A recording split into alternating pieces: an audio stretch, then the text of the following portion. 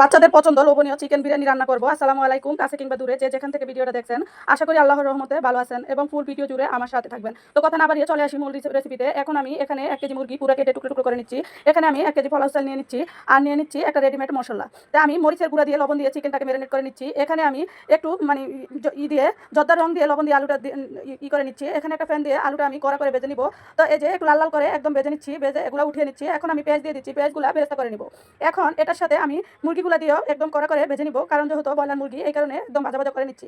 এখন আমি প্যানেতে আরেকটু তেল দিয়ে তার সাথে পরিমাণ মতো আদা বাটা, রসুন বাটা, বাদাম বাটা, গরম মশলা এগুলো আমি দিয়ে দিচ্ছি। সব ওই যে রেডিমেড মশলার সাথে যা ছিল তাই। আর তার সাথে দিয়ে দিচ্ছি আমি টক দই। টক দইটা ছিল না, আমি দুধ আর চিনি দিয়ে টক দই বানিয়ে নিচ্ছি, স্বাদ মতো লবণ ও লাল মরিচের গুঁড়া দিয়ে এখন আমি কষিয়ে নিচ্ছি আলুটা। এখন আমি মুরগিটা দিয়ে দিচ্ছি, দিয়ে ভালোভাবে নেড়ে চেড়ে কষিয়ে নিচ্ছি। কষানো হয়ে গেছে, এই পর্যায়ে দিয়ে দিব আমি চালগুলা, কারণ এগুলো সব বাজার মধ্যে সিদ্ধ হয়ে গেছে। চালগুলো দিয়েও ভালোভাবে কড়া করে ভেজে নিব। তো এই বিরিয়ানিটা এইভাবে রান্না করে বাচ্চারা অনেক লোভনীয় করে খেয়ে নেয়। এই কারণে আমি রেডিমেড মশলা দিয়ে বেশিরভাগ বিরিয়ানি করি, কারণ চটপট হয়ে যায়, বেশি ঝামেলা করতে হয় না।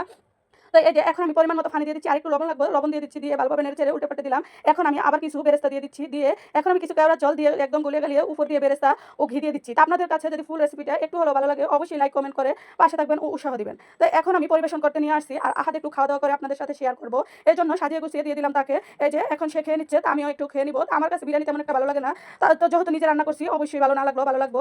তাই সবাই পাশে থেকে লাইক কমেন্ট করে উৎসাহ দিবেন। আজ এই পর্যন্ত, আল্লাহ হাফেজ।